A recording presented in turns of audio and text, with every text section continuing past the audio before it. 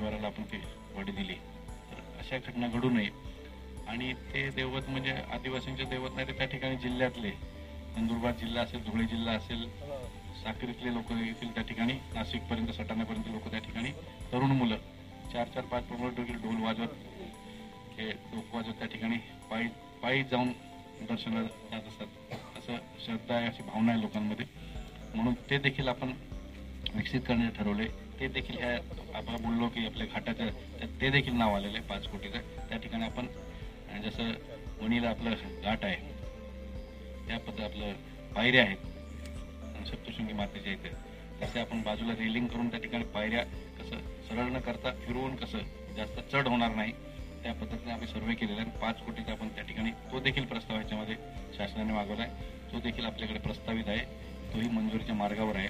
थोडं आपण काम करतोय.